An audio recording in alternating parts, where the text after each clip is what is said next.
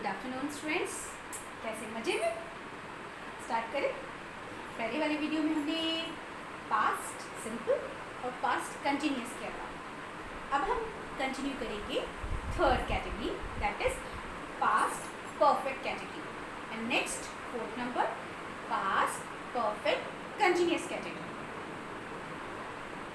Past perfect हमने जब discussion किया था तो ये सुना था कि दो एक्शन अगर पास्ट में इन्वॉल्व हैं तो हम पास्ट परफेक्ट काम में लेते हैं। थोड़ा और इलाबोरेट करते हैं इसे। जब भी हमारे पास कोई भी फिनिश्ड एक्शन आएगा, सिंगल एक्शन आएगा, तो हम उस सेंटेंस को सिंपल पास्ट का कंसिडर करेंगे। लेकिन जब हमारे पास दो सिंपल पास्ट की घटनाएं आ जाए, यानी हमारे पास दो फिनिश्ड एक्शन आए पास्ट के, तो पता कैसे चले कि कौन सा वाला काम पहले खत्म हुआ और कौन सा वाला बाद में। तो इस कंफ्यूजन को खत्म करने के लिए एक नए टेंस की जरूरत महसूस हुई और पास्ट परफेक्ट टेंस बना। एक कंफ्यूजन हम सुनते हैं, समझने की कोशिश करते हैं। मैं स्टेशन गई, ट्रेन चली गई।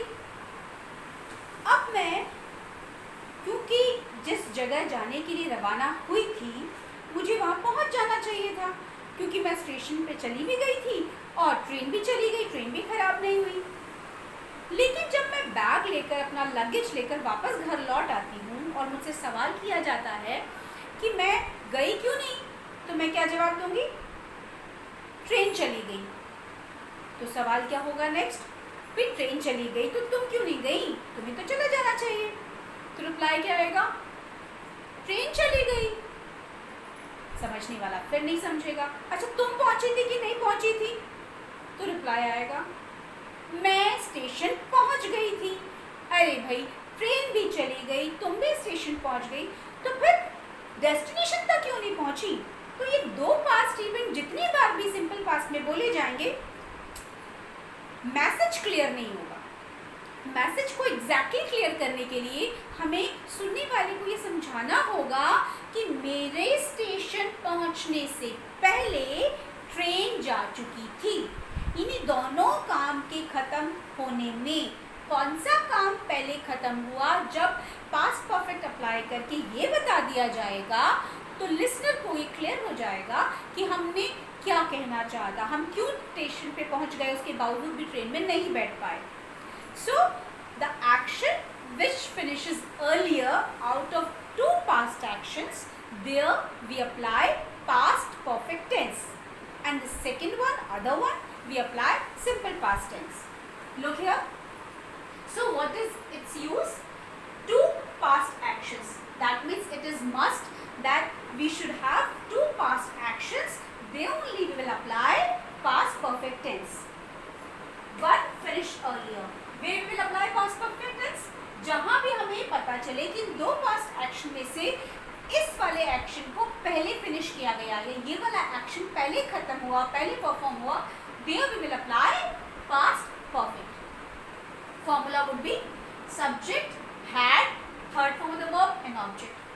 अब आप ये फॉर्मूला देखकर समझ तो जाओगे कि पहले सब्जेक्ट लगाना है, फिर हेड लगाना है, फिर third form of the verb apply करना है और फिर ऑब्जेक्ट लगाना है। लेकिन जब मैं आपको यूज बता रही हूँ तो कह रही हूँ कि दो सेंटेंसेस होंगे, यानी दो एक्शंस होंगे, दो वर्ब बताई जाएंगी। इस सेंटेंस में तो ऐसा कुछ नहीं आ रहा, यानी इस फॉर्मूले तो में ऐसा कुछ नहीं आ रहा। It will never come, it will never be shown in the formula. Why? Because these are the kinds of hints you are going to get in the sentence.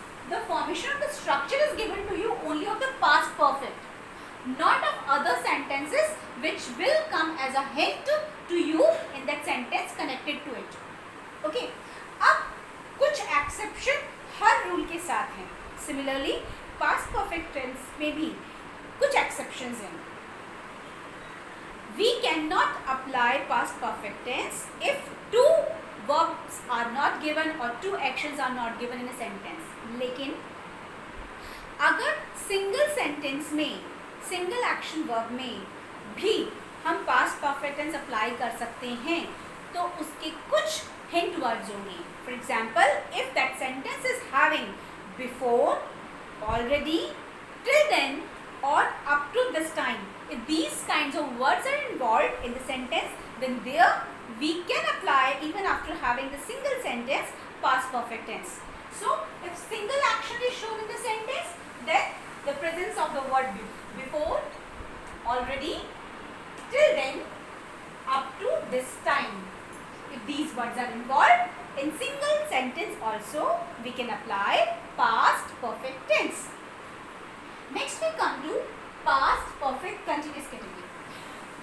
Remember this thing, perfect continuous category is meant only and only for long time continuity. If you are showing long term continuity of any of the action going on, then we will apply their perfect continuous. Now, if it is present time continuity showing, then we will apply present perfect continuous. If it is showing the long time continuity of the past event, of the past action, then there we will apply past perfect continuous tense. Similarly, it runs for future. So, past perfect continuous, use long term continuity in past and formula. Subject had been, verb with ing, object, since or for. Oblique means either we apply this or this, and then time reference is must to be given. How we will differentiate since का लगाना है, for का लगाना है? Since is always applied for point of the time. अब point से क्या मतलब हुआ? जब हमें किसी भी काम के beginning point को clearly पता चलता है, तो हम वहाँ पर since लगाते हैं. That means 2nd of Tuesday, या हमने कहा 15th of July, if we said 2008. So these are few fixed point mentioned to you. So in certain cases there we will apply since. जब आपको exactly पता चल रहा है कि काम Tuesday से start हो रहा है, काम July से start हो रहा है, काम 15th से start हो रहा है, काम 2019 से start हो रहा है, तो वहाँ हम since apply करेंगे.